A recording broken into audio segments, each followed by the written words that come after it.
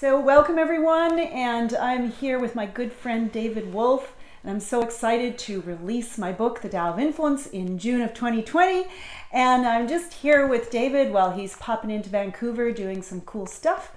And I wanted to ask him a few questions about influence because David, to me, you are the epitome of someone who's a huge influencer in the world in terms of, your sustainability that you're helping with. And I guess for me, I'm just so blessed to see someone who cares so much about the earth, so much about people, and that on top of all of that, that you have this massive influence in the world. So with that in mind, I wanted to ask you, influence, you had said in the interview for my book, is a spiritual directive. So can you speak more to that?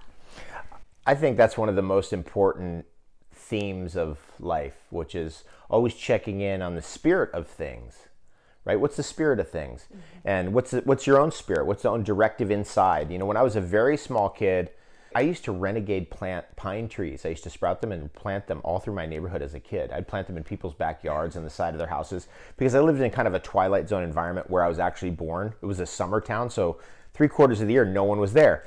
So that's a spiritual directive. I'm a tree planter. It comes from that place.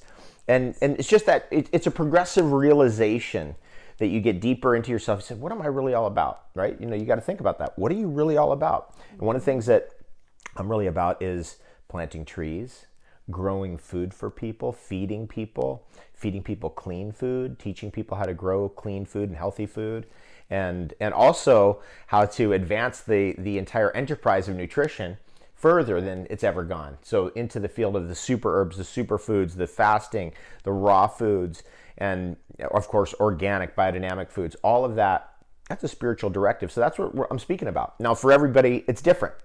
That's what it is for me. Somebody else is like, my spiritual directive is I make the best darn tires that has ever been made on earth. Yeah. Or whatever. It could be, whatever it is. But right. That's the thing. That's also part of the best day ever. Is it's unique to the being. Right? My best day ever does not look like your best day ever. Right. And that's why I like those kind of approaches where we're working through our intention, our spiritual direction, rather than, starting saying like, you have a business, okay, we're going to have to balance a checkbook and do this, and this. It's like, well, maybe that's not the right business for you, or maybe it is. I don't know. It depends on your spiritual directive. Yeah, I love what you're saying because in my book, I talk a lot about purpose and that I think because you're so present in your life to meaning, to, what is it that really is meaningful to you? What is it that's going to move the world forward and has huge meaning to you? And so just for everyone out there, in terms of if they're struggling with their purpose or if they're, feeling a little lost, what would you say? One thing that we all know about is that when we get into creating, all of the escapism and even the materialism disappears. So that's what you've got to really meditate on is like when you're creating, all that disappears. What are you creating? What is that thing that you're creating that's unique to you that causes time to disappear? And that's how you find out your purpose. That's how you tune into that. And then let's say you find out that your purpose is making couches. Then you got to figure out how to make that into a business. I was lucky when I was way early. I got into Michael Gerber's work, The E-Myth. And I eventually became friends with him, and him and his wife were really into raw foods. I haven't seen him in many years, but neat guy. And his whole thing was, you have an entrepreneurial seizure. You're like, okay, I want to make couches. That's going to be my business. But then you've got to go through that process of how in the heck are you going to turn that into a business? Yes. And so, that's the thing though that's cool about knowing what you're really about is that you will be driven. The why is so strong. Yes. Right? You'll be driven past all the blocks because it's actually what you want to do. So the business trappings is kind of like all the hurdles you have to go through to make your dream a reality, I guess would be a way of saying that. Mm-hmm. And that's kind of good. Yes. It's kind of good because it's like you have to work for it. And one of my mentors, Jim Rohn, taught me anything worth having is worth working for. Yeah. And so I don't have any problem, paying mortgages. I don't have any problem paying money into the farm. I just realized I have to pay a farm bill. I don't have any problems with that because it's part of working towards what I really want to be doing in the world and it's worth working for. Yes, yeah. One of the other questions I had for you, because we have 4 pillars of influence that I talk about, from the perspective of the Tao Te Ching, is power, and how do we navigate our power effectively through our lifetime, because as you know, there's many people who appear to be influential, but my perspective is that lasting influence only comes from your love power, not your fear power. And so I wanted to just ask you a little bit about what your feeling is around navigating power as an entrepreneur or a leader. First thing that comes to mind is power is correlated to where your attention goes. Mm-hmm. So where our attention goes, our energy flows. And therefore, we have to monitor where our attention is going moment to moment, day to day. Mm-hmm. And when I get caught up thinking about things I don't want to be thinking about, or I'm off track, I'll just go out and take 10 deep breaths and then get reset. And then another way that I help my brain to get back on track is reading books and reading in general, even reading stuff off the internet, because that way you're immediately focusing on what's at hand, right? If you're reading something, you're focused on it. Your attention's there, and that's a good way to keep your power in check, because our power could go into expanding fear. Our power could go into expanding things we don't want to happen, or what's the word? A negative wish, right? A negative goal, which is worry. I'm a big believer in goal setting, but negative goal setting is terrible, which is worry. Or sometimes it starts positive and then the mind takes over. Yeah, it turns into a worry, right? It's like, I've got to get this goal done. It's like, well, you're worried about getting your own goals done? Just let it go. Stop worrying about it. So that has to do with the control of our attention. And this is kind of an interesting little aside that just is of interest to me, and it might be of interest to others, because the paranormal is never going to go away. It's a law of nature. That's something I've really learned over the years, is like, where do I want to position myself in the world, in the future media that I'm doing? And one of the things I like to tap into is the synchronistic, the miraculous, the unusual, the impossible. Yeah. And when we look into that, one of the things that I've investigated is some of the world's greatest psychics. Mm-hmm. And I've always wondered, like, what turns the power on? And so asking people like Uri Geller, my friend Howard Wills, like, what turns the power on? It's where your attention goes. Where as soon as they put their attention on something, there's an amplification of something that occurs. And so a miraculous event can occur. And that's a phenomenon that I love tapping into the things that are at the edges of our perception. Mm-hmm. Yeah, and that was one of my fourth pillars, talking about potential, is just opening up to what is possible when we don't perceive life from a very narrow definition and put our blinders on what's actually possible. And I think you've in your lifetime really help people to expand their vision of what's possible for themselves, but also for the planet. We are living in many ways the most miraculous time of all history, because we can see the direction that we can go. And if we just put our attention there. Woody Harrelson said this to me, he's like, it is amazing the powers that are arrayed against common sense. Mm-hmm. It really is amazing, like how much energy, how much infrastructure, how much business, how much banking is arrayed against the things that we want in this world, the things that we know will improve our life, that will improve the lives of all. For example, we go to wind power and solar power, and we get off the burning of oil, or we can go to way better hydroelectric power, like what they have in Iceland. And there's just so many ways we can make things better. And another way we can make things better is stop rendering all of this toxic pesticide, herbicide, fungicide spray all over the earth, and come back to natural farming. And the way we farm is, if the bugs want to eat certain things, we just don't grow those things. Yeah. We grow other stuff that they don't want to eat. Yes. I mean, it's just so obvious, this the kind of thing. So it is amazing to me, what is possible for the human race. And we're at that, we will achieve paradise, and we will achieve an amazing future in certain regions of the world. It's kind of how I perceive it, because in certain areas people will get it, certain countries they're going to get it, and they will achieve that destiny. Yeah, thank you. And David, one last thing I wanted to ask you about, and for our listeners, one of the things that I love about David, and one of the reasons we're such good friends, is because when I met David, I was really just amazed by how present he is. Not just to certain people, but to absolutely everyone. So in my book, I asked him about, his love for people. And David, do you want to talk a little bit about your presence with people?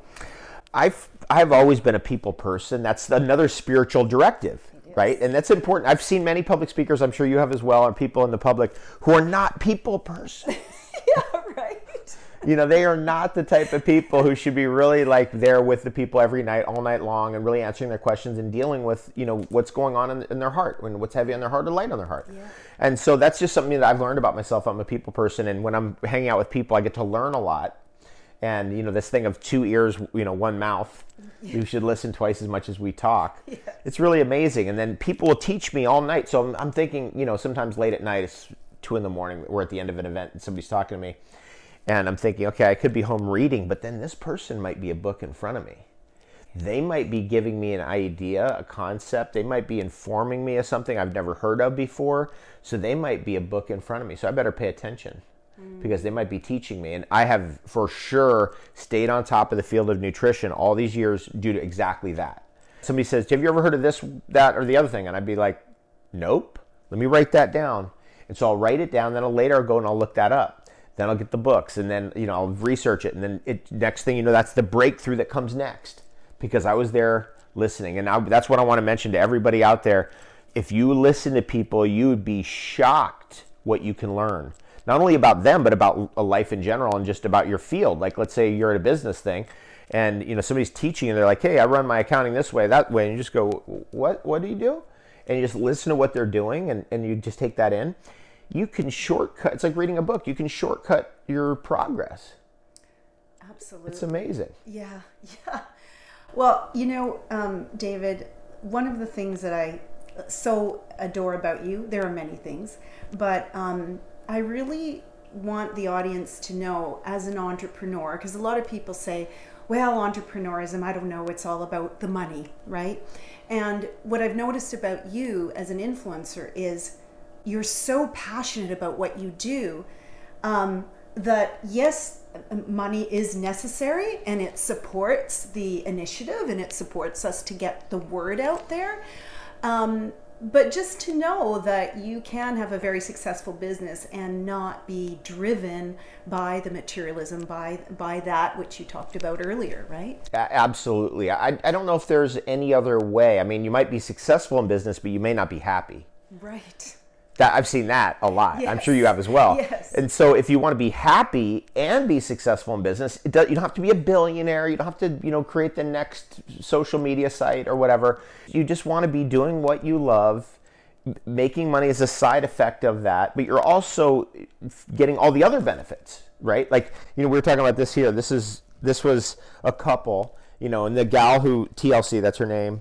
And she used to be at a lot of my events as a vendor, and she has all her little cool things. And she really wanted to meet a guy.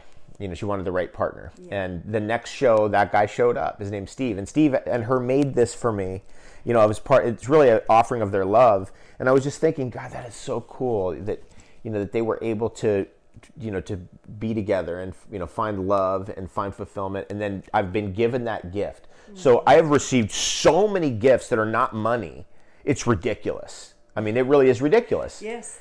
So, if somebody's just thinking I'm going to get money from their business, I don't know if that's the best thing. I mean, this gift right here, every time I touch this and look at it, I think about their love and how they met at one of my conferences. And that gift keeps on giving. That's way beyond money. Yes. So that's the thing, too, that is really interesting. You mentioned that before to me, that the gifts that I've received over the years is, you can't beat it. You really can't. Somebody says like, hey, come stay at my place in the northwest corner of Iceland as a gift. Yeah. Okay, I'll go. So we went. Yeah, right. And that changed my life. And that's beyond money. It's not.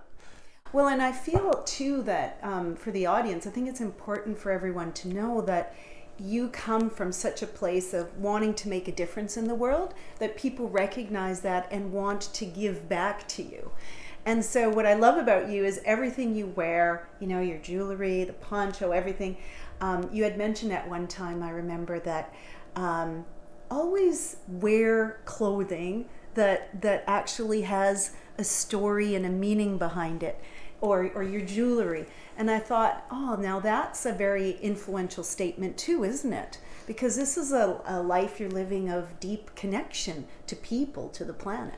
Both of these were gifts. This was given to me by my friend Marcelo, whose mother came to one of my retreats. He was a little kid at the time, and now we're best friends. He's 20 years younger than me, basically. Beautiful. And he gave me these two, and then this was given to me by a gal at one of the shows recently. It says Palo Santo, another gift. This was given to me by a gal and her daughter, another gift. And you know, when I look around, I'm just like, this right here was the women of Chinchero. You know, this is made outside with their families and with their animals, right next to a river in the Andes, all natural dyes. Like, this is the antithesis of sweatshop labor. It's the opposite.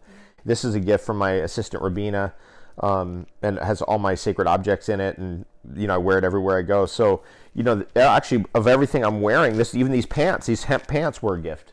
Beautiful. Almost all of it's a gift. The only thing that's not a gift is this, which is my Alex Gray shirt. Underneath here, you can see here, this right here. Oh, Alex Gray, yeah. wonderful. And I got that at his place. He's an old friend of mine, 20 years. And so I was at his place, and I was like, I got to like represent for Alex, you know, when I'm out there. So that's how I ended up with that. So that, you know, and then even this was a gift. Let's see, what is it? The Ammonite. Oh, right. This one, there. yeah. This is from the Blackfoot, and this is from a chief and his wife. They gave that to me. And so, you know, we're so abundant. It's just crazy how we are so abundant in the Western world. It's absolutely unbelievable. Like, we can drive down a road here in Vancouver, and with a convertible, listening to classical music, drinking some kind of superfood smoothie. This is beyond the wildest dreams of the pharaohs. It's beyond comprehension, actually. Right. If you really take it in, you're just like, we get to do what? Huh? And not only that, now it could be an electric car. Yeah. It just goes on and on. You know, if you really start counting your blessings, they are many and great. And what a great area to put our attention and focus on. Absolutely. One last question. So, for those people who would like to know and have a deep desire to make a great big impact, you know, not everybody does, but some people have a huge desire to impact the world on a global level. And so they look to you as one of those people who's doing that. What are some final thoughts that you'd like to offer those people? Oh, good. I learned this from Brian Tracy, because I've violated this rule many times. And that is, you got to move people along maybe 5 or 10%, not 50%. So helping them to make small incremental changes. Yes, that's what so whatever it is that you're doing, let's say you're going to be the best electric car designer ever. You don't want your car to be so complicated that people can't use it. You're trying to move them 50%. You got to make the car fit somewhat of a model that they understand. Yes. You know, so you're just moving them along 5%. Now you can move them the next year over another 2%, and then the next year another 3%, and just gradually, incrementally move them along. But that's the most sensible thing. If you think about, like, in nutrition, we can't suddenly move somebody to making hot chocolate elixirs like we make, you know, with all our superfoods and super herbs in it, made out of chaga tea on day one. Yes, you know, right. It's like, how do you make green tea? You know, it's like, it's like, it's sensible, you know, and it's the same thing. I always think about this too. Like, if somebody came up to me and they're talking about stock car racing, I don't know anything about stock car racing, and they're trying to move me 50% on stock car racing, I'm going to lose. They lost me. Yes. But if they they go, look, let me show you how stock car racing works. Okay, the driver, you know, and they move me 5% into it so I can get a handle on what's going on, then I can comprehend it. So I always, when I'm talking to someone about what I'm into, superfoods, super herbs, healthy living, yoga, whatever, I'm always just moving them 5 to 10% maybe. You know, I mean, I have tried 50%, doesn't work. Yeah. But then I think about, you know, all the people who are trying to move me on stock car racing or gambling or whatever the other things that people are into. Right. You know, it's like, I can't comprehend it if it's 50%. I can only comprehend a slight, maybe 5% of understanding. And just like everybody else. And if you do that, then you'll be successful. Well, thank you so much, David. Thank you. And look forward to everyone keeping in touch with David. And the Tao of Influence you can pick up on my website right now. Pre-sales are starting, KarenMcGregor.com. See you soon, everyone.